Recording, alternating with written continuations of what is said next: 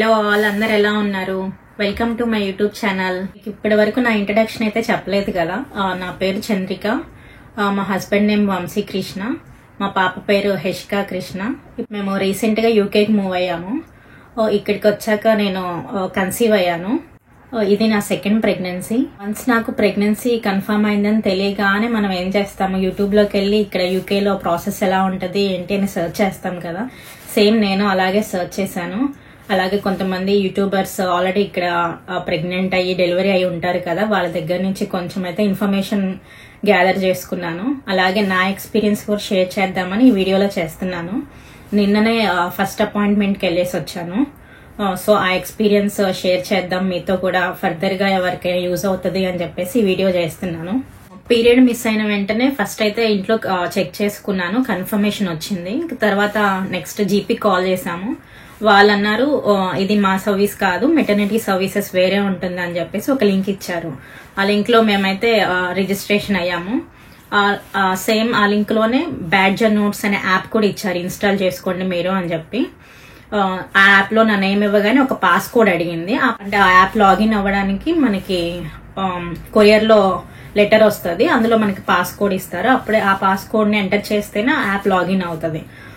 అందులో ఆ లింక్ లో ఇంకా ఏం చెప్పారంటే, మీరు నియర్ బై ఫార్మసీకి వెళ్తే folic acid and vitamin D tablets ఇస్తారు అని చెప్పారు. మేము ఇంకా జీపీకి కాల్ చేసి ప్రిస్క్రిప్షన్ తీసుకున్నాము. వాళ్ళు ఏంటంటే ఆ రోజే ఈవినింగ్ కే ఇచ్చారంట ఫార్మసీలో. మేమేంటి ఇంకా కాల్ చేయలేదేంటి వాళ్ళు అని చెప్పేసి 3 days వెయిట్ చేసాము. ఆ next day after 4th day call చేస్తే వాళ్ళు ఆల్రెడీ ఫార్మసీలో ఇచ్చేసాము, మీరు వెళ్ళి కలెక్ట్ చేసుకోండి అని చెప్పారు. సో తర్వాత మేము వెళ్ళి కలెక్ట్ చేసుకున్నాం టాబ్లెట్స్. నా ఫస్ట్ ప్రెగ్నెన్సీ అప్పుడైతే నాకు బాగా గుర్తుంది. హాస్పిటల్కి వెళ్ళినప్పుడల్లా కవర్ల టాబ్లెట్స్ పట్టుకుని అయితే వచ్చేదాన్ని.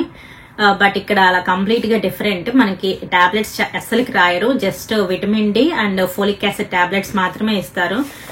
జస్ట్ ఇట్లా 3 months కలిపి ఇచ్చారు. ఇందులో ఇందాక బ్యాడ్జర్ నోట్స్ అనే యాప్ ఇన్స్టాల్ చేసుకుందాం అని చెప్పాను కదా, దానికి లాగిన్ డీటెయిల్స్ ఇస్తారు.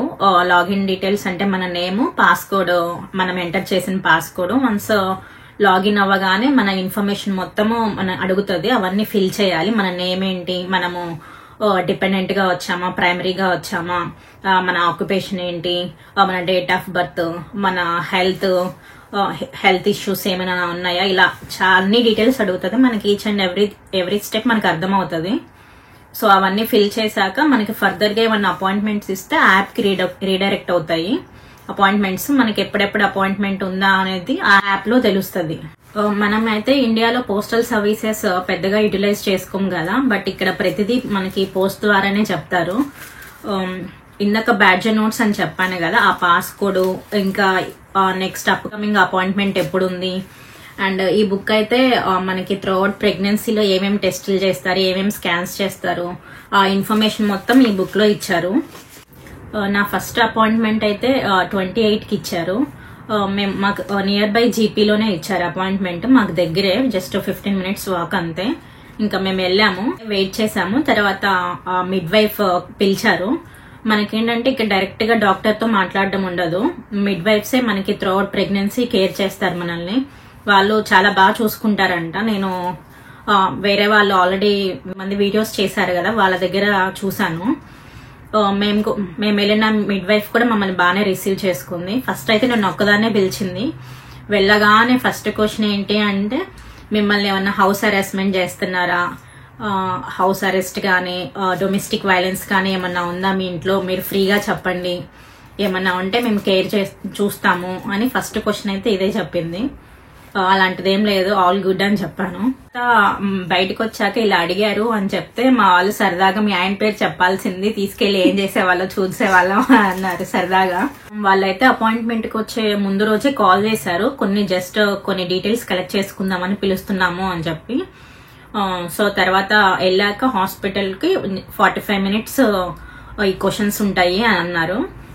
సో ఫస్ట్ క్వశ్చన్ ఏంటంటే, మీ నేమ్ ఏంటి, డేట్ ఆఫ్ బర్త్ ఏంటి, ఇది మీ ఫస్ట్ ప్రెగ్నెన్సీనా సెకండ్ ప్రెగ్నెన్సీనా, ఇట్లాంటి క్వశ్చన్స్ అన్ని అడిగారు. ఫస్ట్ ప్రెగ్నెన్సీ నాకు సిజేరియన్ అయింది. సో ఆ సిజేరియన్ ఎందుకు చేశారు, ఏమైనా కాంప్లికేషన్స్ ఏమైనా ఉంటే చేశారా అని అడిగారు. నేను అప్పుడు డాక్టర్స్ ఎందుకు చేయమన్నారో అదంతా ఎక్స్ప్లెయిన్ చేశాను. ఫస్ట్ అది సిజేరియన్ అయిందని చెప్పాను కదా, అది సిజేరియన్ ఎందుకు చేశారు, మీకు తెలిసే చేశారా, ఆ టైంలో మీకు స్పైనల్ కార్డ్ కి ఇంజెక్షన్ ఇచ్చారు ఎనస్థీషియా, మీకు తెలిసే సిజేరియన్ జరిగిందా, ఇట్లాంటి క్వశ్చన్స్ అన్ని అడిగారు. ఆ సిజేరియన్ మీకు ఆపరేషన్ ఇట్లా నిలువుగా చేశారా, అడ్డంగా చేశారా, పాప పుట్టాక వెంటనే మీకు ఇచ్చారా, లేకపోతే తనని పీడియాట్రిషియన్ తో చెక్ చేపించారా, తను ఎంత వెయిట్ ఉంది, ఇట్లాంటి క్వశ్చన్స్ అన్ని అడిగారు. త్రూఅవుట్ నా ఫస్ట్ ప్రెగ్నెన్సీ జర్నీ మొత్తం అడిగారు. పాపకి మీరు ఫార్ములా మిల్క్ ఇచ్చారా, బ్రెస్ట్ మిల్క్ ఇచ్చారా, మళ్ళీ సిజేరియన్ అయింది కదా, మీరు ఏమన్నా తర్వాత కాంప్లికేషన్స్ ఫేస్ చేశారా, ఇంకా పాప పుట్టింది కదా, పాపకి 1 ఇయర్ మిడిల్ లో ఏమైనా తన కాంప్లికేషన్స్ ఫేస్ చేసిందా, తనకి ఏమైనా ఇల్నెస్ సిక్నెస్ ఏమన్నా ఉందా, ఇట్లాంటి క్వశ్చన్స్ అన్ని అడిగారు. సిజేరియన్ కాకుండా ఇంకేమైనా నీకు మేజర్ ఆపరేషన్స్ ఏమన్నా అయ్యాయా త్రూఅవుట్ మీ జర్నీలో, ఇంకేమైనా మెడికేషన్స్ యూజ్ చేస్తున్నావా, ఐ మీన్ కొంతమందికి డయాబెటీస్ ఉండొచ్చు, పీసీఓడి ఉండొచ్చు, అలా ఏదో ఒక ప్రాబ్లమ్స్ ఉంటే మనం డైలీ టాబ్లెట్స్ తీసుకుంటా ఉంటాం కదా, దాని గురించి అడిగారు. ఏమైనా మెడికేషన్స్ యూజ్ చేస్తున్నావా అని. నేనైతే వాళ్ళకి నేను ఇప్పటి వరకు ఏం మెడికేషన్ యూజ్ చేయలేదని చెప్పాను. సో దానికి వాళ్ళు ఓకే అని చెప్పి ఇన్ కేస్ మీకేమైనా ప్రాబ్లం గా ఉంటే ఏమైనా మెడికేషన్ యూజ్ చేయాలి అని అనుకుంటే మాకు చెప్పే చేయాలి, ఏదైనా మేము ఇచ్చిన టాబ్లెట్సే యూజ్ చేయాలి, మీకేమన్నా పారాసిటమాల్ కాకుండా ఇంకా వేరే టాబ్లెట్ ఏది యూజ్ చేయొద్దు అని చెప్పారు. మిగతా టాబ్లెట్స్ గురించి ఏమో గానీ ఇక్కడ పారాసిటమాల్ అయితే ఫుల్ ఫేమస్, దేనికైనా అదే ఇస్తారు, మనకి ఏ రోగం ఉన్నదని చెప్పినా అదే చెప్తారు. క్వశ్చన్స్ అయితే చాలానే అడిగారు. ఇంకా మీకు ఏమైనా డయాబెటీస్ ఉందా, హెచ్ఐవి ఉందా, ఏంటి తలసేమియా ఉందా, ఇంకా చాలానే కొత్త రోగాలన్నీ అడిగారు. నేను ఎప్పుడు విన్నాను రా బాబు ఇవన్నీ అని అనిపించింది. అవన్నీ ఏం లేవు, నేను బానే ఉన్నాను, ఆల్ గుడ్ అని చెప్పాను. ఇంకా మెయిన్ ఏంటంటే క్యాన్సర్ ఏమన్నా ఉందా అని అడిగారు, ఇంకా ఏమన్నా కాళ్ళ నొప్పులు ఏమన్నా ఉన్నాయా, అండ్ ఇంకా ఏంటి స్కిన్ అలర్జీస్ ఏమన్నా ఉన్నాయా, ఇట్లాంటివి అన్ని అడిగారు. నేనైతే ఏం లేవు, అంత బాగుంది అని చెప్పాను. మన డీటెయిల్సే కాకుండా ఇంకా మన తాత ముత్తాతల పుట్టుపూర్వోత్తరాలు కూడా అడిగారు. వాళ్ళకి ఏంటి టీబీ ఉందా, హై బీపీ ఉందా, ఇంకా షుగర్ ఏమన్నా ఉందా, ఇలా వాళ్ళ గురించి కూడా అన్ని అడిగారు. మేమైతే ఏం లేదు, అందరు బానే ఉన్నారు అని చెప్పాము. ఏంటంటే రేపు మళ్ళీ పుట్టాక ఏమైనా వచ్చినాయి అనుకో, వాళ్ళకు ఉంది కాబట్టే వీళ్ళకి వచ్చింది అని అంటారు, సింపుల్ గా అంతే, అంతకు మించి ఏముండదు. నాకు ఆల్రెడీ పాప ఉందని చెప్పాను కదా, తన నేమ్ ఏంటి, డేట్ ఆఫ్ బర్త్, తను ఇప్పుడు స్కూల్కి వెళ్తుందా లేదా, తన హెల్త్ ఎలా ఉంది, ఈ డీటెయిల్స్ కూడా అడిగారు. ఎవ్రీ క్వశ్చన్ వాళ్ళు సిస్టమ్ లో నోట్ చేసుకున్నారు.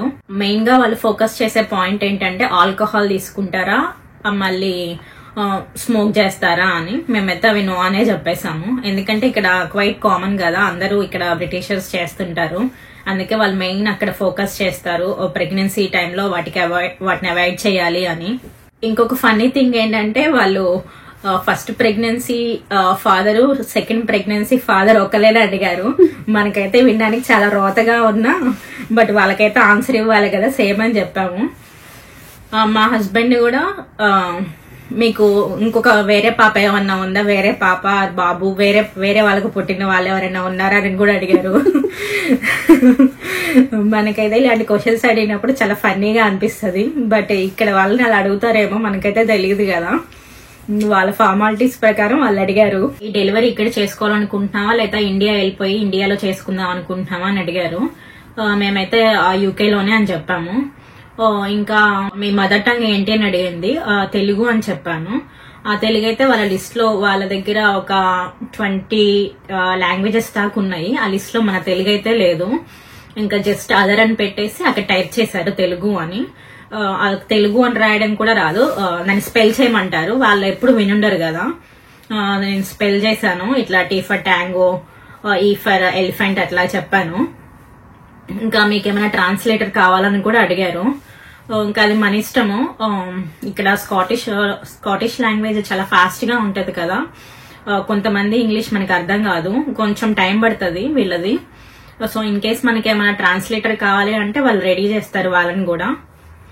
మేము వెళ్ళిన మిడ్ వైఫ్ అయితే ఆమెది బాగానే అర్థమైంది మాకు. ఫర్దర్ గా వేరే మిడ్ వైఫ్స్ కూడా చేంజ్ అవ్వచ్చు అంట, ఆమె రావాలని ఏం లేదంట. సో ఇది కూడా అడిగాం మేము, మీరే వస్తారా లేకపోతే వేరే వాళ్ళు ఉంటారా అంటే నేను రావచ్చు, వేరే వాళ్ళైనా రావచ్చు అని చెప్పింది. ట్రాన్స్లేటర్ కావాలా అని అడిగినప్పుడు ఇంకా నేను కొంచెం ఆలోచించుకుంటూ ఉన్నాను. ఆమెనింది మీరు బాగానే అర్థం చేసుకుంటున్నారు, ఆన్సర్స్ బాగానే ఇస్తున్నారు అని అనింది.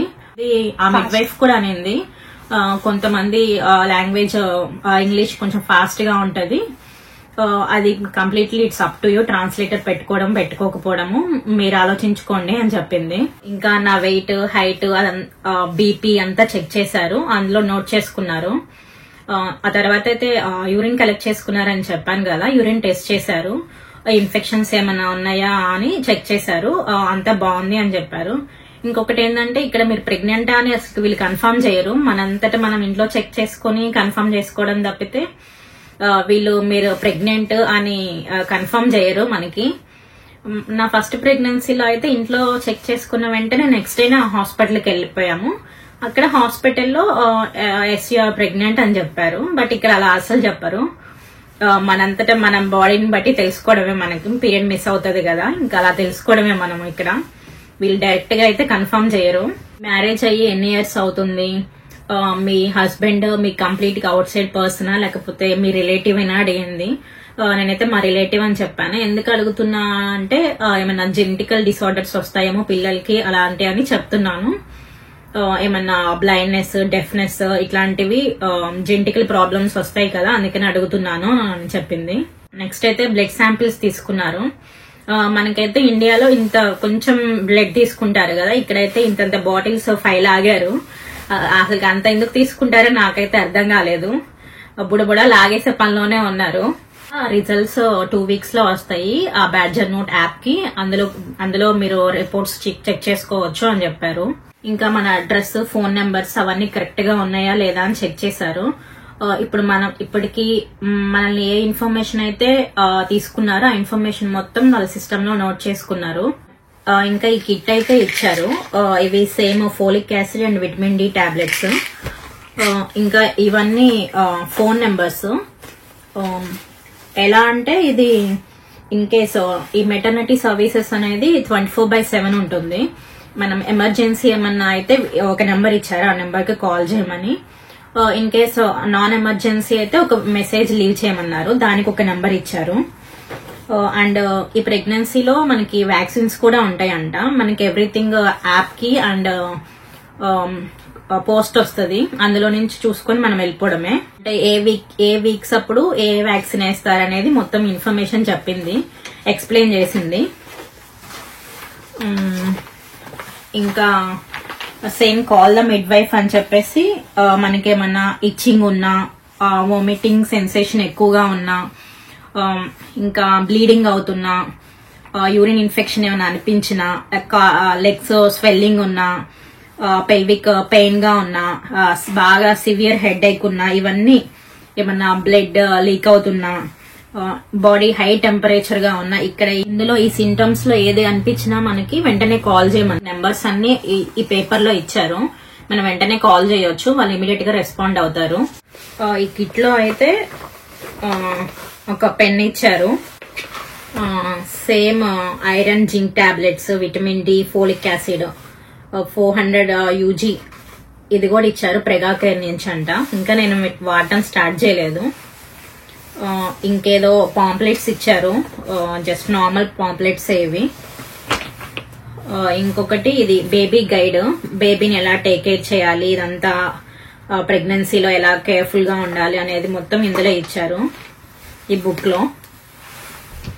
ఇంకా మెయిన్ ఏంటంటే ఇంత పెద్ద బుక్ ఇచ్చారు, ఇది నేను ప్రెగ్నెన్సీ అంతా చదివినా కూడా ఇంకా మిగులుతుందేమో, ఇంత పెద్ద బుక్ ఇచ్చారు. అంటే ఇది 3 parts గా డివైడ్ చేశారు. Pregnancy, next the labour and birth, third early parenthood, ఇది 3 parts గా డివైడ్ చేశారు. నేను చూడాలి, మెయిన్ గా వీళ్ళు దేంట్లో ఫోకస్ చేయమన్నారంటే ఫుడ్ గురించి, ఏమేం ఫుడ్స్ తినాలి, ఏమేమి అవాయిడ్ చేయాలి అని. మెయిన్ గా అవాయిడ్ చేసిన వాటి మీదే ఫోకస్ చేయమన్నారు. సమ్ డైరీ ప్రొడక్ట్స్ అవాయిడ్ చేయమన్నారు. అండ్ ఫిషెస్ అనేవి కొన్ని ఉంటాయంట, షార్క్, టునా ఫిష్ ఇట్లాంటివన్నీ తినొద్దు అని చెప్పారు. టూ మచ్ ఆయిల్ వేసిన ఫిషెస్ బాగా డీప్ ఫ్రై చేస్తారు కదా, అట్లాంటివి అవైతే అవాయిడ్ చేయమని చెప్పారు. ఇంకా స్ప్రౌటెడ్ సీడ్స్ కూడా వద్దని చెప్పారు. ఏదైనా తినే ముందు వెజిటేబుల్స్ కానీ ఫ్రూట్స్ కానీ కంప్లీట్ గా వాష్ చేసుకుని తినాలి నీట్ గా అని చెప్పారు. మీకు ఇష్టం ఉంది ఏదైనా స్టెప్ బై స్టెప్ కొంచెం కొంచెంగా తినమన్నారు. ఇంకా చాలా ఇన్ఫర్మేషనే ఉంది, నేను కూడా చూడాలి బుక్. ఇంకా నేను కూడా అయితే ఓపెన్ చేసి చూడలేదు. త్రూఅవుట్ మన జర్నీ, ప్రెగ్నెన్సీ జర్నీ, ఆ తర్వాత బేబీ పుట్టాక అంతా ఉంది. మనకి డెలివరీ టైంలో ఎట్లా ఉండాలి ఏంటి అని ఆమె అడగాల్సిన క్వశ్చన్స్ అన్ని అడిగింది, మేము ఆన్సర్ ఇచ్చాము. ఇంకా ఈ కిట్ గురించి ఇదంతా కూడా ఎక్స్ప్లెయిన్ చేసింది. బుక్, ఈ టాబ్లెట్స్, ఎప్పుడే దేనికి ఏ నెంబర్ కి కాల్ చేయాలి అంతా ఇన్ఫర్మేషన్ చెప్పింది. ఇంకా అంత ఇన్ఫర్మేషన్ అయిపోయాక మమ్మల్ని కూడా మీ సైడ్ నుంచి ఇంకేమైనా క్వశ్చన్స్ ఉన్నాయని అడిగింది. మేమైతే ఒక క్వశ్చన్ అడిగాము. ఫస్ట్ సిజేరియన్ అయింది కదా, సెకండ్ ఇది సిజేరియన్ అయ్యే ఛాన్స్ ఉందా లేకపోతే నార్మల్ డెలివరీ అవుతుందా అని, మీకేది కావాలి అని అడిగింది. మేమైతే నార్మల్ అనే చెప్పాను. ఆ క్వశ్చన్ కి ఆమె దగ్గర ఆన్సర్ లేదంట. మళ్ళీ దానికి వేరే వాళ్ళకి రిఫర్ చేసింది. ఆ రిఫర్ అపాయింట్మెంట్ టైము, ఏ హాస్పిటల్కి వెళ్ళాలి, ఎవరిని మీట్ అవ్వాలి అనేది కూడా మాకు రాసిచ్చింది. సో ఆ రోజు మళ్ళీ వాళ్ళ దగ్గరికి వెళ్ళి దానికి ఇన్ఫర్మేషన్ తీసుకోవాలి. వాళ్ళ నేమ్ మరి జెంటా లేడీసా అని తెలియదు. వాళ్ళ నేమ్స్ దగ్గరికి వెళ్ళి మనం చూసేదాకా పర్సన్ ని మనకు అర్థం కాదు. ఇంకా వాళ్ళు వెళ్ళి మనం టెస్ట్ చేసి వీళ్ళకి నార్మల్ అవుతుందా సిజేరియన్ అవుతుందా అని వాళ్ళు కన్ఫర్మ్ చేస్తారంట. మరి చూడాలి. ఇదండి నా ఫస్ట్ అపాయింట్మెంట్ అయితే ఇలా జరిగింది. ఇలా క్వశ్చన్స్ అన్ని అడిగారు, చాలా క్వశ్చన్స్ అయితే అడిగారు. నియర్లీ 1 hour టైం తీసుకున్నారు. ఇలా అడగడం కూడా మంచిదే కదా, మన గురించి ఇన్ఫర్మేషన్ నోట్ చేసుకోవడం. వాళ్ళు కూడా మన ప్రెగ్నెన్సీకి మనకే యూజ్ అవుతుంది. యూకేలో ఆల్రెడీ మన తెలుగు వాళ్ళు ఉంటారు కదా, వాళ్ళు ఏమైనా ప్రెగ్నెన్సీకి ప్లాన్ చేసుకుంటున్నా లేదంటే రీసెంట్ గా నాలాగే సేమ్ కన్సీవ్ అయినా వాళ్ళకి ఈ వీడియో యూస్ఫుల్ అవుతుందని, నాకు నా ఎక్స్పీరియన్స్ షేర్ చేసుకుంటుందని వీడియో చేస్తున్నాను. హోప్ మీ అందరికి నచ్చిద్దని అనుకుంటున్నాను. నెక్స్ట్ అప్కమింగ్ అపాయింట్మెంట్స్ అవన్నీ ఏమన్నా ఉన్నా నేను నెక్స్ట్ వీడియోస్ లో పోస్ట్ చేస్తాను. నాకు నా ప్రెగ్నెన్సీ జర్నీ అనేది నాకు మెమరబుల్ గా ఉంటది కదా ఇట్లాంటి వీడియోస్ చేస్తే, అండ్ ఫర్దర్ గా వేరే వాళ్ళకి కూడా యూజ్ అవుతుంది. ఈ వీడియో గనక మీకు ఇన్ఫర్మేటివ్ గా అనిపిస్తే please do like, share and subscribe. Thank you. Bye. See you in the next video.